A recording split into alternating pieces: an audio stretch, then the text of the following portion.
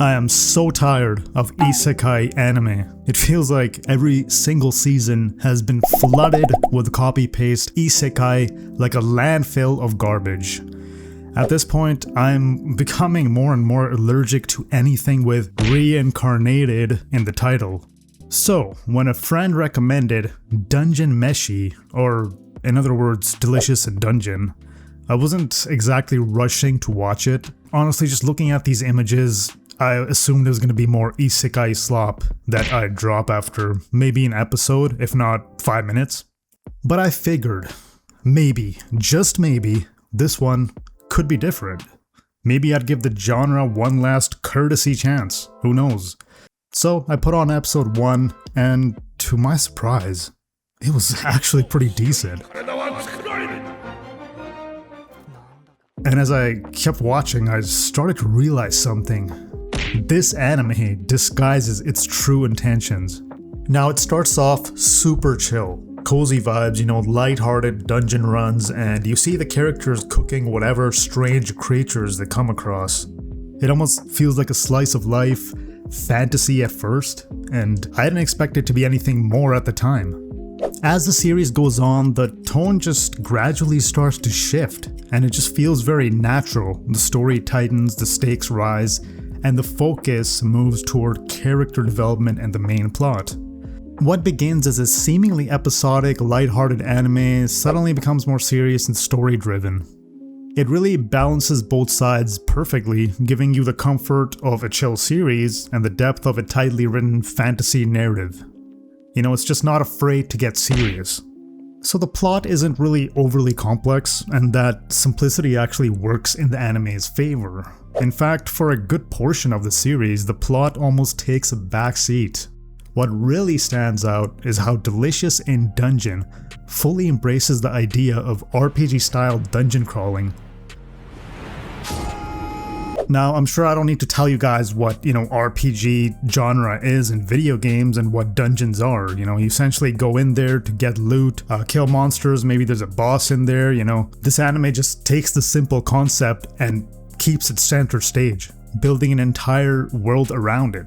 Now, most fantasy anime that feature dungeons treat them like a brief arc, like the protagonist just goes in, fights some monsters, grabs the loot, and then moves on. But here, the dungeon is the world. It's the core concept of the entire show. It's an ecosystem with rules, cultures, and creatures that all matter.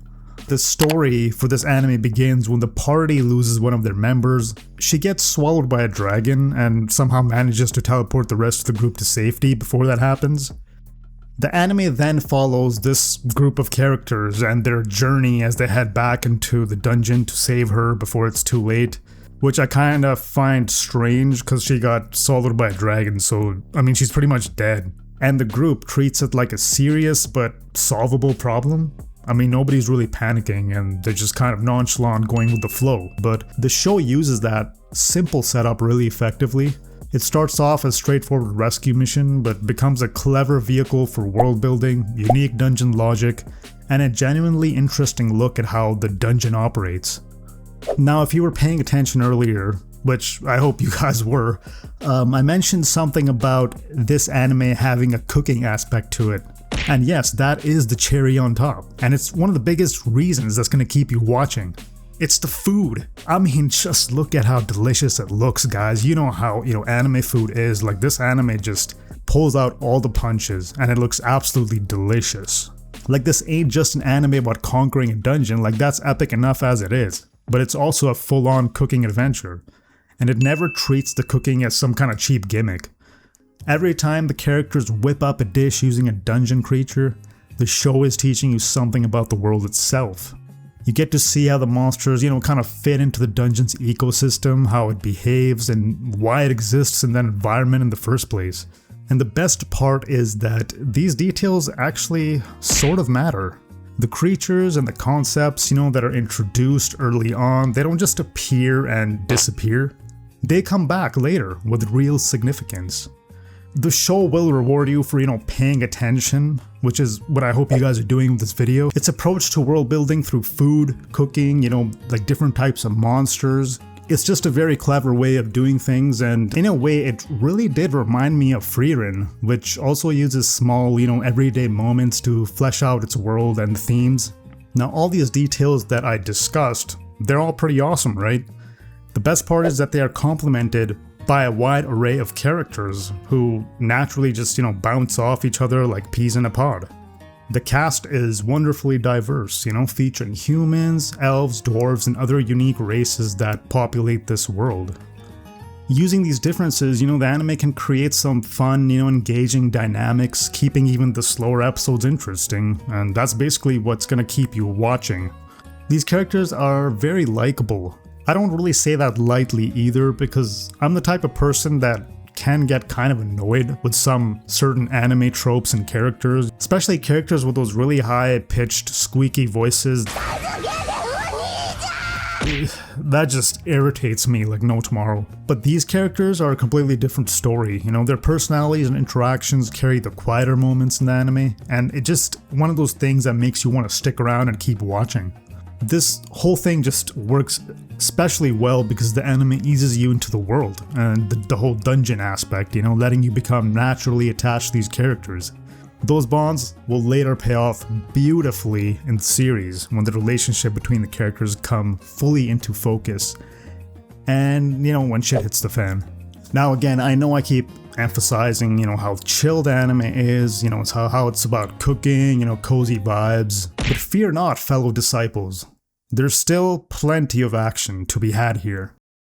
It may be used sparingly, but when things hit the fan, they really do hit the fan. And those moments add even more layers to what the anime has to offer. Like, some of these scenes are so fluid and well animated that it made me wonder, which studio handled this? Actually, I kind of forgot, like, which studio was it? Let me just look it up real quick.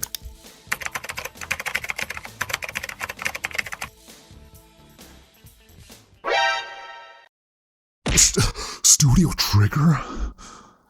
Well, that explains everything. Now you officially have no excuse not to check this anime out. Delicious in Dungeon is, in a way, a perfectly crafted trap.